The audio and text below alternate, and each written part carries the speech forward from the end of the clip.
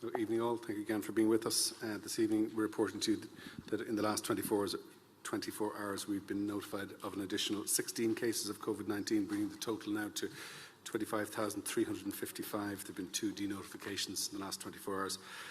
We've also been notified of an additional 4 deaths in the last 24 hours, bringing the total now to 1,714, 713 of which occurred in an acute hospital environment, that's 42%. 86 in intensive care, that's 5%. We have reports of underlying conditions in 1,579, that's 92%. The male-female breakdown is 848 males, 866 females, and the median age is 84. So far, 417 admissions to intensive care. As of this morning, 23 remaining in intensive care. 1 new admission in the last 24 hours to intensive care, the first such since the 9th of June. And in total, 48 confirmed cases of Covid-19 still in acute hospitals, 3 additional admissions in the last 24 hours.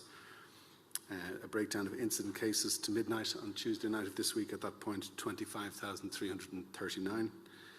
3,282 had been hospitalised at some point, 13%. 417, as I say, admitted to intensive care, that's 1.7%. And the healthcare worker proportion is 32%. And just briefly, some data in relation to in relation to clusters. Reports in residential care facility residents in 473 such circumstances, 260 of which are in respective nursing homes. The total numbers of cases associated with each of those, respectively, is 7,030 in respect to residential care facility residents, 5,533 in respect of nursing homes. In respect of deaths, we have an increase of to 1,085 now in respect to residential care facility residents. That's 63.3% of all deaths, 962 of which, or 56%, is in respect of nursing home residents. And finally, just in relation to healthcare workers, that 32% as of Tuesday night, 8,180 of those. There was an additional 16 diagnosed in the last week. 309 of those have been hospitalised at some point, that's 3.7%. 44 have been admitted to intensive care, no change in that number in the last week. And there have been 7 deaths among healthcare workers, again, no change in that in the last week. So I'm going to hand over to Philip on the modelling. Okay, well, just the summary of the situation this week is that the numbers of people in hospital and intensive care continue to decline as a number of people who've had a long clinical course are discharged. And broadly speaking, the number of new cases that are emerging and the pattern of those cases is this week almost identical to what it was last week. So very quickly then, to run you through the data, this is for the entire duration of the epidemic in Ireland, the number of people in hospital, the number of people in intensive care, and the number of new cases per day by the date the test was taken. And as I say, hospitalisations in intensive care, occupancy declining, and the number of new cases per day stable. You're familiar with this table, which we update each week. And comparing this week with last week, the number of new cases per day, the average yesterday over the preceding 5 days was 18, and the average last Wednesday over the preceding 5 days was lower, 14. That's not really a significant difference, and I'll show you why in a minute. The true picture is that the number of cases this week is very similar to the number of cases last week. The positivity rate amongst tests taken, very similar to last week at 0.6. And as I've said, the number of hospital inpatients very significantly down. In fact, it's much lower today even than the average over the last week. The average over the last week is 73. The number in hospital this morning was 48. Very small number of admissions to hospital. The 10 fewer people on average in intensive care. 1 admission every 5 days to intensive care. And the number of deaths being reported each day was an average of 5 last week, down to 2 this week. So very strong indications that the disease in the country is at a very low level and very stable. Just to point out, as I did last week, that the number of people being tested remains very high. given the very low level of disease in the population. So similar number of tests this week as last week, and a slightly lower positivity rate. Just to explain this issue about the average number of new cases per day being 18 this week and 14 last week, this is the last 4 weeks. And you'll see for various reasons, due to sometimes a test being delayed a day or two in a lab or needing to be validated, the bars here are the number of new cases confirmed each day. And it's only 3 weeks ago that typically we're talking about 50 or 60 cases per day.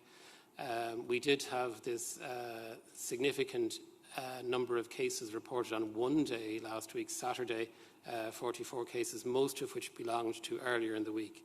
So the grey bars are the number of new cases reported each day. The blue line is the 5-day moving average of that, and the orange dots are the Wednesdays that I report each week. And what you see is that last Wednesday was biased downwards a little bit by the low number of cases reported on Monday and Tuesday, which were actually then reported on Saturday.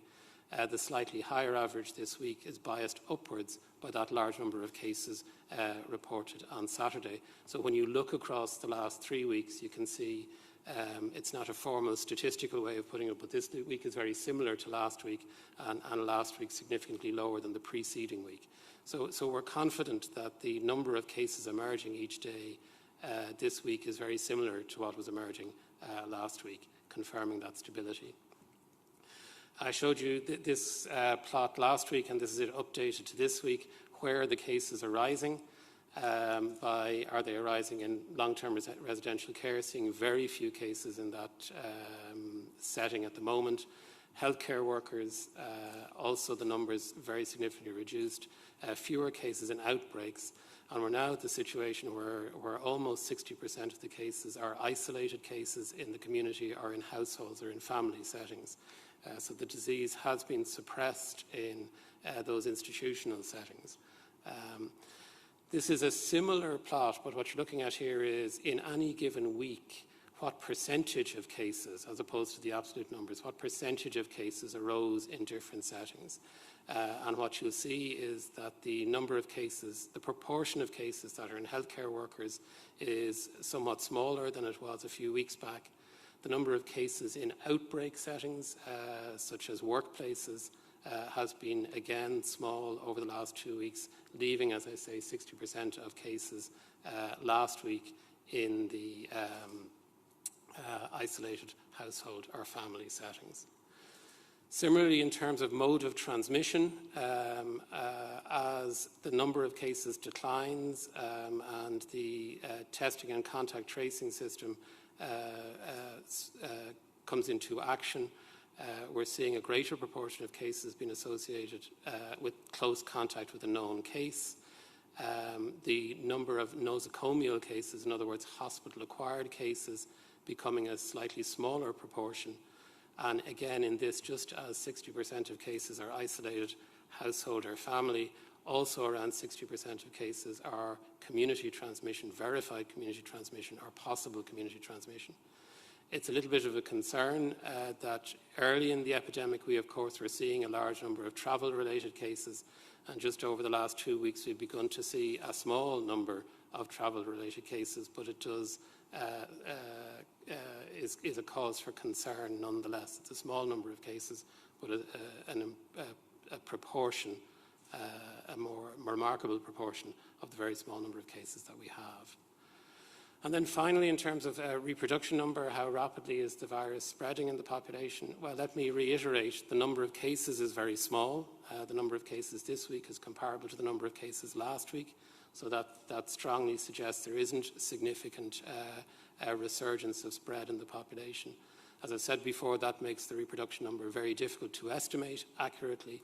Our best estimate of it this week is between 0.5 and 0.7, probably closer to 0.7. So again, we remain confident that the reproduction number is below 1, but it's getting increasingly difficult to estimate with the very small case numbers that we're seeing.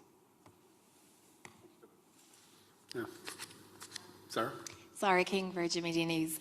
Just to pick up on what you mentioned there in relation to, you said note the re-emergence of travel-related cases. Can you tell us where exactly these people travelled from and how many cases are involved? Yeah, so it's a very small number of cases. It's less than 10 cases. Many of them still under investigation in the detail. Of the sources we know of, the UK and Sweden are 2, and we're following up on the rest. And can you tell us which parts of the country those cases are in? With the small numbers we have, I couldn't tell you that now. Okay, that's fair enough. So obviously things again this week seem to be going in the right direction based on your analysis, Professor Nolan. Dr. Hoolan, we were speaking to a number of expectant mothers this week who are calling for an easing of restrictions at maternity hospitals that would allow their partners to be more present and involved in the birth of babies. Is that something that you could consider, or how long will it be, do you think, before those restrictions can be eased? So we gave a little consideration to this whole question of visitation in hospitals today. Some planning work is going to be done now in the next short while in relation to that, as part of the work that is being undertaken at the HSE, which is at an advanced stage to continue the increase in, if you like, non-COVID activity across the health services. And there'll be progress on that to report over the course of the next week, I expect. So possibly maybe phase 3? We're not going to link it necessarily to phases. It's more linked to the planning work that's happening in the HSE. So these phases are very much focused on, the phases that you're asking about are very much focused on the wide range of societal actions. There is a separate parallel piece of work, as you know, happening through the HSE at an advanced stage of planning, which will be a continuous piece of work that provides for the ongoing restoration, if you like, in as much as possible of the services that are provided by the HSE. So give some hope to expectant mothers maybe who might be due their babies later this summer. Well, certainly our position, if you like, would be to have arrangements like this, restrictions like this in place for no longer than they're absolutely necessary, conscious of the fact that many nursing homes have begun to make those arrangements exactly for those reasons in the early part of this week, in line with the advice we gave 2 weeks ago. Okay. Last Thursday I asked you about weddings again, and you said at the time that you would be in a position to finalise guidance on gatherings and cultural activity next Thursday, and you would give that advice to government. I'm just wondering, have you given that advice? So we're in the process of giving that advice. You did say next Thursday. I think I corrected you and said it would be... No, I listened back to the clip actually. You definitely said next Thursday. So, well, if I did, what I would have made clear, and I'll make clear again now, is we give our advice to government as a result of our meeting. Government will make its assessments based on that advice. And have you given that advice? So, yes. So what we do is we write by way of letter, a letter to the Minister for Health, who brings that advice formally to Cabinet, and that's the process that's happening now. My understanding is the government will meet tomorrow and give some consideration to this, and you'll have to wait and see what the announcements are then after that. So tomorrow, possibly. Thank you very much. Thank you. Hi, Dr. Owens. Simon Cars with the Irish Times.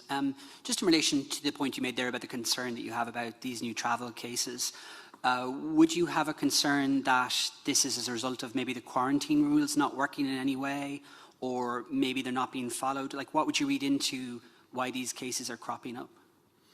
So there is a certain amount of travel that happens, and obviously as we reduce the number of cases that we're seeing in the population, we've seen continued progress in that, and as we've reported, as you can see across all of the parameters, we've seen a small number of travel-related cases.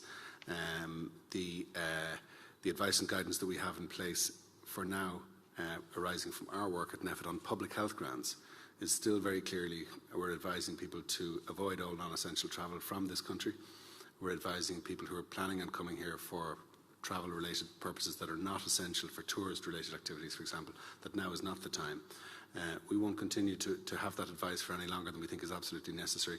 We know there's a lot of work happening at a European level. We participate in that to try to, as early as we think is appropriate and safe for us to do so, to begin to restore travel in the same way as we wish to restore all other forms of economic and social activity. But for now, we're still very clear that our advice and guidance in relation to people who are planning non-essential travel, holidays for example, outside of Ireland, now is not the time. For anybody who's planning tourist travel to Ireland, we're also advising now is not the time. But you feel the quarantine rules are working? Pardon me? Do you feel the quarantine rules are working, given these new cases? Well, it's a small number of cases. We wouldn't like to see any cases being imported if we can avoid that. We want to get as low as possible, and the greater the extent of progress that we've seen, the continued progress we've seen, the more important, if you like, the risk of importation of cases becomes. and we want to try to ensure that we can step up on as much as we possibly can the arrangements we have in place here to limit that risk. But that starts, first of all, with personal responsibility and the advice we're giving to people to avoid non-essential travel, and I'm still saying that very clearly. Just from the end of the month, pubs that are intending to open have some very strict guidelines that they need to follow. Given what we saw in Temple Bar in March and the propensity of people with alcohol not to follow particular rules and the lack of self-discipline when people have a few drinks on them, do you think those rules of like 105 minutes time slots, do you think they're practical? Do you think they can work? We have given very clear guidance through the HPSC to the hospitality sector to make it as to provide for the interpretation of social distancing and other public health advice during periods of low transmission. It's something we identified the need to try and make it as easy as possible, if you like, for both the application of that and the continued safe operation of those services in the hospitality sector. The next, just of relevance in this area, and the guidance relates to food businesses and those who are involved in the retail of food businesses. The next priority from our point of view in that will be those restaurant services. We know that, so we don't see pubs being in the same phase as restaurants. I've said it here before and I'll say it again. We know the difference between a pub and a restaurant. I think everybody in this country knows the difference between a pub and a restaurant. I know there is a desire for some pubs to offer a service which is the same as a restaurant, and that's what we expect will happen in the next phase. We hope that publicans and others will continue to be responsible and to follow our advice in terms of the services that they offer. When we think the appropriate time is to do that. That will form part of the advice and guidance we've given to government. We hope that if there are pubs that are planning to essentially now operate as a restaurant and not as a pub, that they will do that, and we'll see how the whole of that industry continues, as we believe the rest of society has, to be responsible in the way in which they have applied that advice and guidance that we have given to them in good faith. And that we'll take all that into account in the continuing evaluation of both the advice we give, the stages of the disease, and the way in which, if you like, those people we're providing the advice to operate with that advice. In light of some of the figures that Professor Nolan mentioned there showing the disease to be stable, do you envisage more of the phase 4 and what was originally phase 5 being brought forward into the June 29th phase 3 reopening? So 2 weeks ago we advised government that we thought it was appropriate on public health grounds, because of what we were observing both in terms of the disease in this country and the progress we had made, and in terms of the experience across a range of countries, particularly other European countries that had been lifting restrictions in different ways and that hadn't seen a significant change in the disease. In fact, it's seen continued downward progression, which is what we've seen. We've been easing restrictions for over 4 weeks now, and we've seen a continued downward trend in the disease. That's given us, we believe, confidence on public health grounds to advise government, as we did 2 weeks ago, that it would be appropriate for us to take all the remaining measures across the 3 phases that were timed to go up to, including the phase 5 commencement on the 10th of August, and that we would rephase those again on public health grounds into 2 phases, phase 3 and phase 4. So that was a decision that we made at NEFIT. It was advice we provided to government, and it was based on our changed, if you like, public health assessment, and you could say an increased level of confidence that we had around the behaviour of the disease observed both here and in the experience of other countries. We've set that advice and guidance out now as a result of our work this morning at NEFIT. We will provide that material. The government will give consideration to it and make then the necessary decisions. Last question for me. Professor Nolan, notwithstanding some of the figures that you showed there showing the disease being quite stable, the HSE contact tracing figures showed a spike in the average number of close contacts to over 6. It looks like this week, well, certainly the last few days, it's gone back down again. Is that a cause of concern? So 2 things. I was about to intervene there to sound a note of caution. I mean, it's good that I can come here on a Thursday and report the disease to be stable, but I need to sound the note of caution. We would only just now be seeing any effects of changes which occurred last Monday, Tuesday and Wednesday as those restrictions were lifted. So it remains very early in terms of any thinking about can we accelerate things, can we decelerate things. So just to sound a note of caution, it will be over the next week that we will see any significant impact of changed behaviours, which brings me to the point of changed behaviours. You know, as the very strict stay-at-home and social distancing measures were released, of course we're going to expect to see more contacts. What appears to be happening, there's considerable evidence for it, is that people are being much more careful in those contacts. So we are expecting to see increased numbers of close contacts of any given case over the coming weeks, and continuing to support people and remind people of the measures that they need to take when they are in contact with somebody. So we think there may be an increase in contact and a decrease in the probability of any given contact leading to infection, and that's where we should be. Thank you. I might just, if I may, add to that, Simon, that don't forget that the numbers of contacts that we're seeing are being generated by a smaller and smaller number of cases. So ultimately we're dealing with smaller and smaller numbers, which are always going to be subject to more fluctuation on a day-to-day basis. And we've kind of seen that over the course of the last, so on a given day it can be up and the next day down quite a bit. So there will always be that little bit more instability in the numbers when they're small. Thank you. Sinead Crowley from RTE News. And actually my question sort of relates to that as well, given the rise in figures of people in private homes and individuals and so on. Is there any worry that people are meeting more, or that is where the transmission appears to be at this stage? Well, overall transmission is reduced. All of the major indices in relation to the disease are continuing to show a pattern that gives us confidence that we haven't yet seen any change in the behaviour of the virus. But as Professor Nolan has said, we need to continue to observe that. And we're still in the middle of, if you like, the second of the two phases that we have gone through at this point in time. There's nothing at this stage that we're seeing in the behaviour of the virus that's giving us reason to believe that there's something untoward happening in the population that hasn't been detected. But we're not in a position to draw conclusions, and you're aware of the phasing that we have in place. We formally will make that assessment towards the end of next week. And insofar as there is a set of measures that we would indicate as being the appropriate set of measures to take on the 29th of June, that's not today's assessment. It's an assessment we'd make towards the end of next week.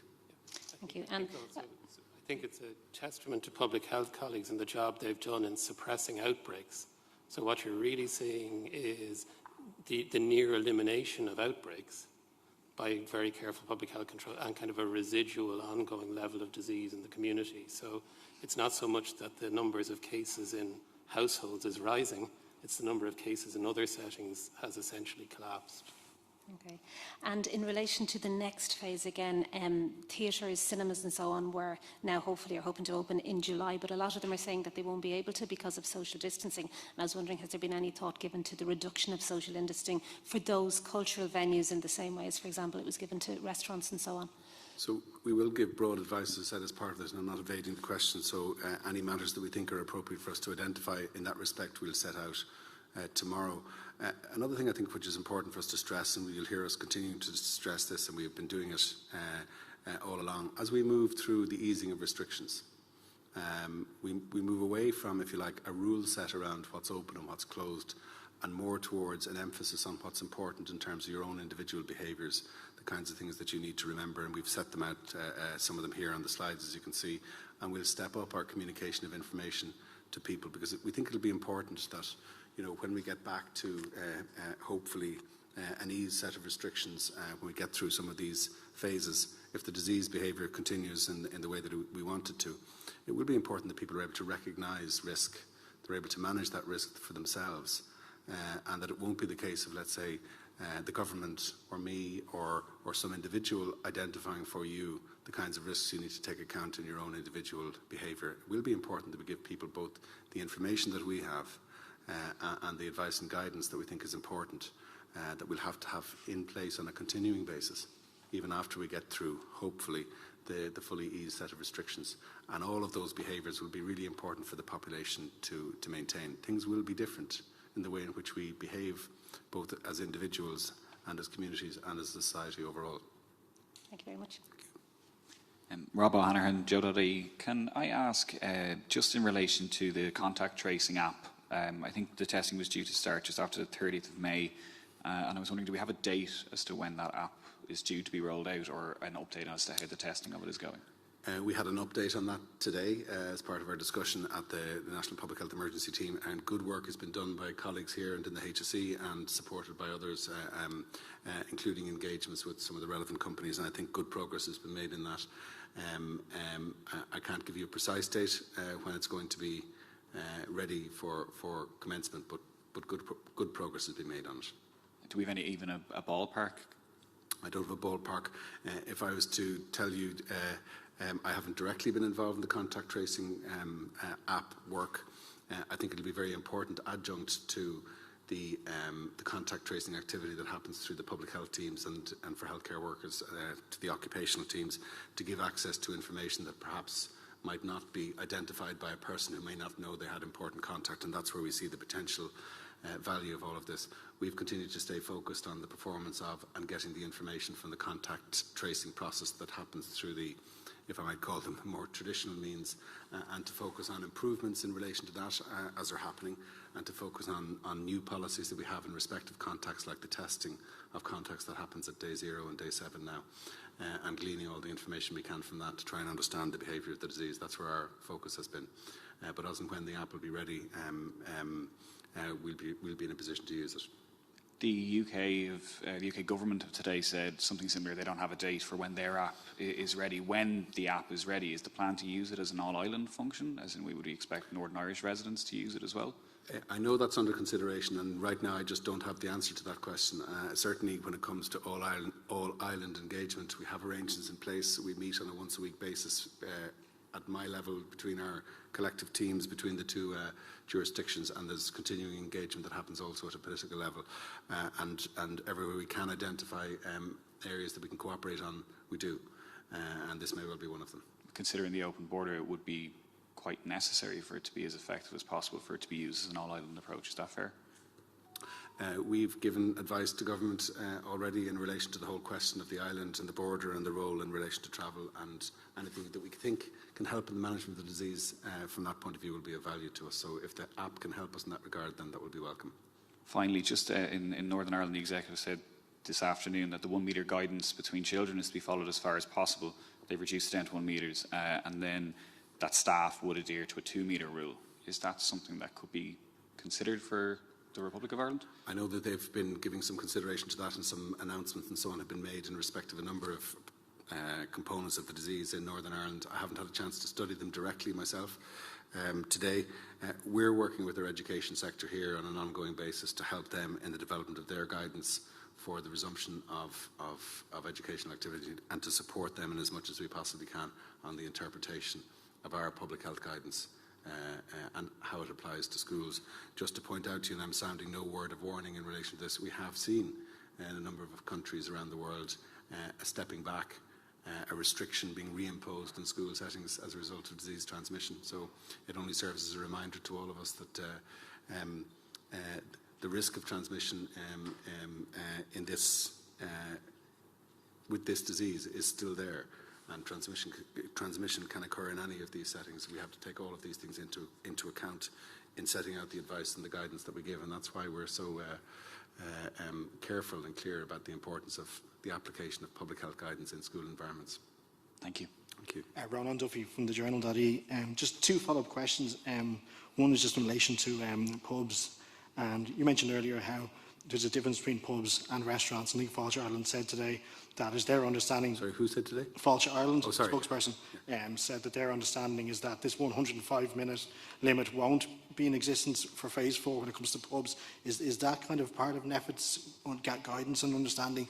And can you perhaps give some basis for that, for why it's in place from 29th of June but not 20th of July? So we haven't set out any guidance at the moment in relation to what will apply in relation to pubs at some future point.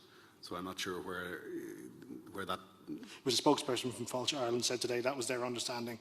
Who is not a member of our National Public Health Emergency Team, so I can't account for why that person would have said that. All I'm saying to you is that our next priority is to communicate, as we now have, the guidance that has been developed around the rephasing of measures to government, for government to make the necessary decisions in relation to that. In terms of the application of those, in other words, what will be the measures that will be eased, as it were, on at the end of phase 2 for the start of phase 3, that assessment will be made at the end of next week, and our focus initially is going to be on settings like restaurants, and as I've said continually, pubs in the way in which we understand them, and we think Irish people probably more than most understand the difference between a pub and a restaurant. The kind of activity that would ordinarily happen in a pub environment is among, unfortunately, the most risky in terms of transmission of virus. We've been clear about that. And that's the reason why we would have always held pubs operating in the way pubs would operate for the very final phases of our guidance. But what advice and guidance we have in place then in support of the operation of those pubs is still work we have to do and to set out to government. So I wouldn't be preempting that at this point. Okay, and just in relation to the advice on the rollback timing for the reopening of hairdressers, I think, was that something that was discussed today and advice to be given to government perhaps on that? And could you outline, is there a worry? I think the Northern Ireland announced today that hairdressers and barbers will be open from 6th of July. Would that play into any kind of decision making?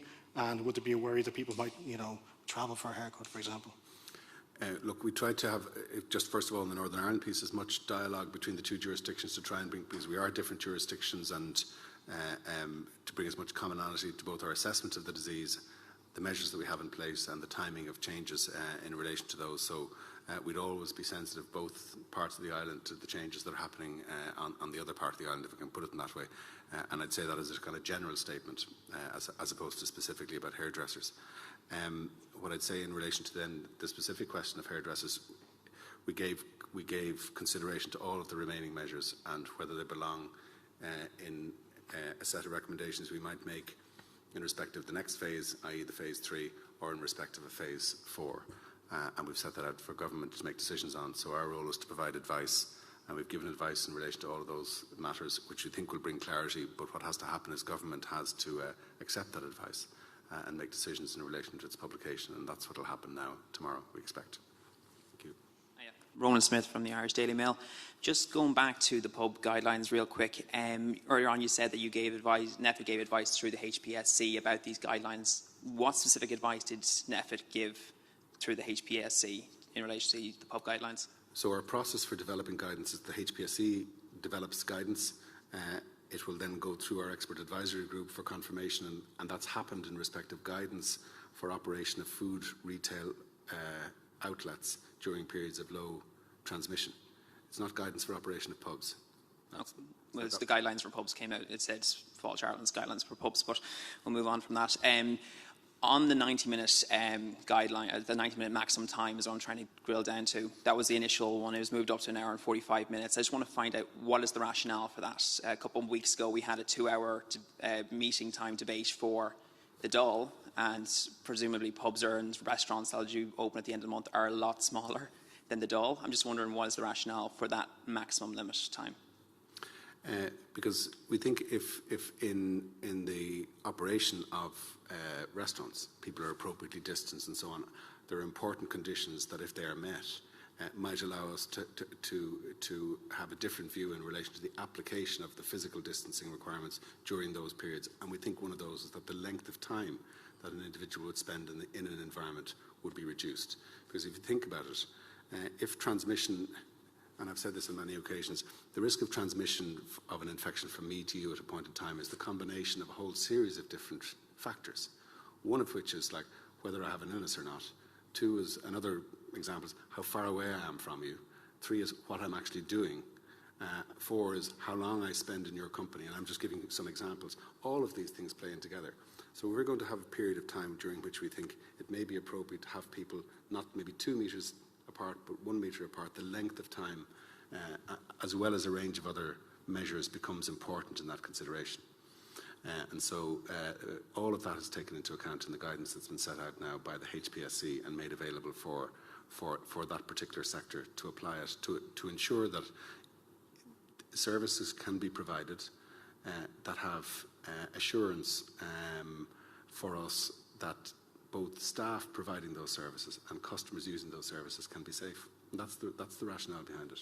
Can I ask then, there's been talk about face masks recently. Would you advise people in pubs or going to restaurants that have been, well, pubs that become restaurants at the end of the month, would you advise them to wear masks in these locations, providing that they're closer than they would be, providing they're in this location for a set period of time? And more research to come out that face masks might be very much helpful in cutting down transmission. So we've given consideration to the use of face masks. Our advice and guidance in relation to face masks, which we've stepped up our campaigns around, you'll see more in the way of radio and TV ads and other communications over the course of the next number of days and weeks to support a higher take-up of use of face coverings in the community in the settings in which we recommend them, and those are indoor settings where physical distancing is a challenge. That's the kind of summary. And that specifically is indoor retail environments like shops, and it's on public transportation. But in restaurant situation, the way that we have advised and the way the HPSC guidance provides for, people are in fixed positions, they're seated, they're served at the table, and so on. And so there shouldn't be a compromising of the physical distancing recommendations that we've made. We do know that in some other jurisdictions, face coverings have been recommended for use in restaurants other than when seated at tables and so on. There are obviously practical difficulties about wearing a face mask while eating. But for movement around, into and out of and so on, we know that some other jurisdictions have made some recommendations in relation to use of face coverings in those. We think the right thing for us to do now in relation to face coverings is to focus on getting a much higher level of adoption and use of those in the environments in which we recommend them. And I wouldn't rule out that at some point we'd like to think that as we move into the easing of restrictions, what we will see collectively as a community in the way in which our restaurants operate and provide the services, that they will do it in line with the guidance and advice, both the letter and the spirit of the guidance and advice that has been set out by the HPSC. And to the extent that we think that they do that, we think that they should be able to continue to provide a service that we think manages the risk in the way that we want to without the use of face coverings in those environments. That would be our current view. And we've seen across all of the restrictions that have been eased, for the most part, providers of services, retailers and so on for the most part, employers for the most part, complying with both the letter and the spirit of the public health advice that we give out, and we hope restaurants will be exactly the same. Thank you. Thank you.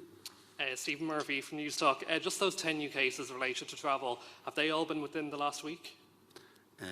10, was that the number? Sorry, it's fewer than 10. Fewer than 10. And they have all been within the last fortnight, yes. Okay, and do you know for sure that they're all self-isolating, those people? So yeah, they've all been. All right. It's not really a question for me, but yes, if they've been notified, okay, and they'll be followed up by testing and contact tracing in the usual way. And do you know on average how many people they've come into contact with while here? Not for those small numbers. I couldn't pick out those for you. Just someone from the ECDC saying this morning on the radio that it's a matter of when, not if, we have a second wave. Do you think it's inevitable, or based on the indicators and things are going in the right direction, do you think that's avoidable? I might ask Dr. Glynn, who's been studying the ECDC guidance. You are right to say ECDC guidance was produced again, their 10th risk assessment again last Friday, reminding us of a lot of these, and they made formal assessments of some of these things. So maybe Dr. Glynn. Sure. So I think we've been asked that question on a number of occasions here as to whether a second wave is inevitable. And of course, remember that ECDC talks with a European voice. So we've seen, and we still see across Europe at the moment, that not alone is there differences in incidence between countries, there's quite striking differences across regions within some countries at the moment. So it's too broad a stroke at this point to say that it's inevitable that each and every country in Europe will experience a second wave. And I would say all of this on the basis that from our perspective, we're not out of the first wave. We're still dealing with this.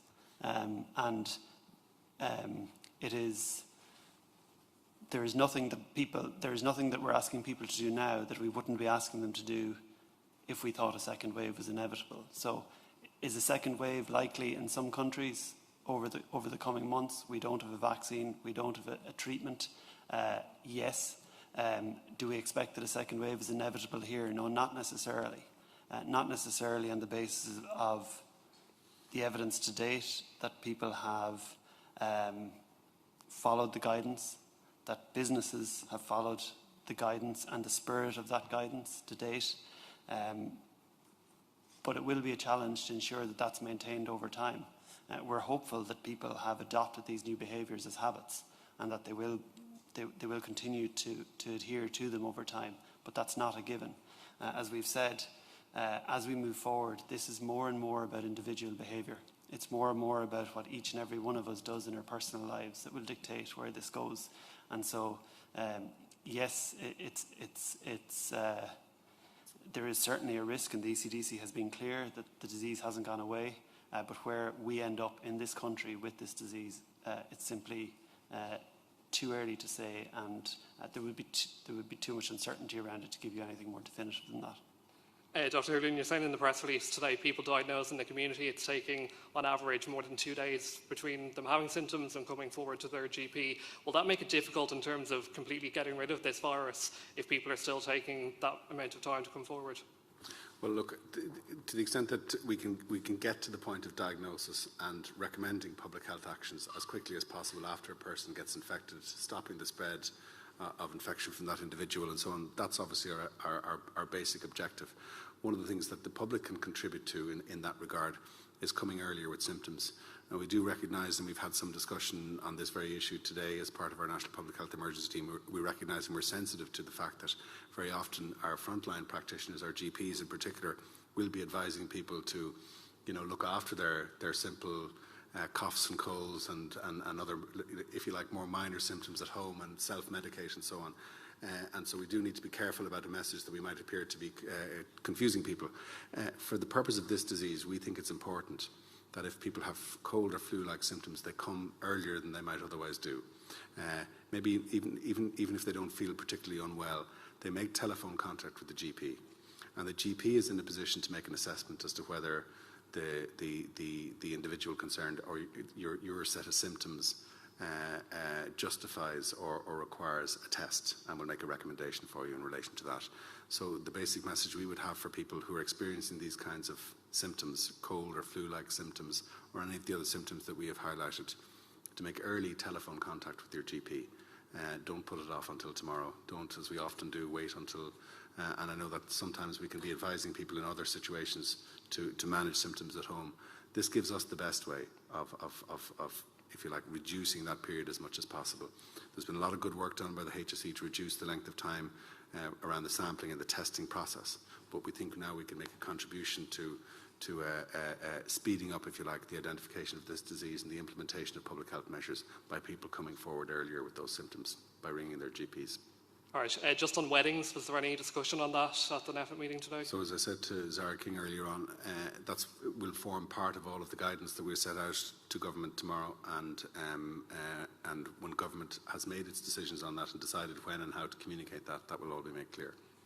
And I know you don't want to say just yet hairdressers and barbers, but would it be wrong for people to assume that Monday week they could get their haircut?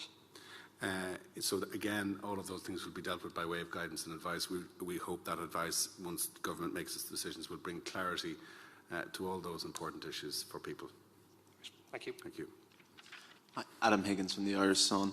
It was mentioned earlier that there was 16 healthcare workers diagnosed in the last week. Are they related to one cluster or one facility? Is there any more details you can give us on that?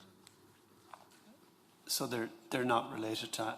They're spread across the country and across settings.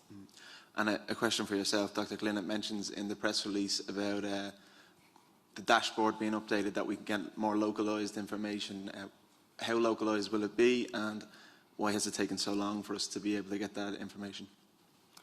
So the vast majority of the information that we provide is actually not in this forum. It's through the regular HPSC reports that are up on the Health Protection Surveillance website every evening, and there has been a dashboard there for a number of months now. What we've done as part of this is expand out the amount of information that's available, and as part of that there'll be information available at ED level, so electoral division level, down to the level of 5 cases or more per area. I think a key consideration, as we have voiced since the very start of this, is that we have to balance communication and information with confidentiality. And you'll see when you look at the map, there's quite a number of EDs which have still thankfully have 5 cases or less. And so we wanted to wait to a point at which it was appropriate to do so, and we feel that point is now. I think the key part about the dashboard is that people can go on, they can look at their area, they can through that and through a whole range of other indicators, learn a little bit more about the disease, and hopefully use that as part of their knowledge base in stimulating them to look after themselves and their families. Thanks a million. Clara. Zara King, Virgin Media News. Dr. Niamh Breen, can I just ask you, we've heard a lot this week about this wonder drug, this steroid? There's been a lot of talk about it. Is it something that the HSE would be endorsing? Well, what we're doing at the moment is advising our clinicians to use their clinical judgment. But if you don't mind, I'd just like to give you a little bit of background to this, Sarah. There's been a lot of work done in the past on the use of steroids in viral illness in general, most of that work in relation to influenza. We've no evidence that steroids work for viral illness. We do have evidence that they may make viral illness worse in certain cases. So there was concern at the beginning of this about using steroids in this situation. However, the clinical picture for a small number of people in SARS or COVID-19 is somewhat different to other viral illnesses. So people, a small subset of people, those in hospital, often develop what we call a hyperinflammatory syndrome, which is different to other viral illnesses. And we think that that's probably the cohort where steroids may be appropriate or effective. So what we're advising at the moment is we're waiting for the outcome of this particular trial to be published. We really want to see it peer-reviewed and we want to see all the data. And at the present time, I know from speaking to our intensive care and IPC clinicians that they're using it on a case-by-case basis for those people who are severely ill. For people in the community, we're not recommending it at all. There's no evidence to suggest its use. Finally, just perhaps this is a question for Dr. de Gascon, who's not here tonight, but do we know, has there been much uptake in the letters that were sent out for the antibody test, or is it still a bit early to tell? It isn't. In fact, Dr. de Gascon's HPSC is overseeing that particular piece of work, and no, we don't have that data, but we can see if we can get an update on that for next week. Be interesting to see if people are engaging with it. Yeah, sure, absolutely. Yeah. Thank you. Thanks, Sarah.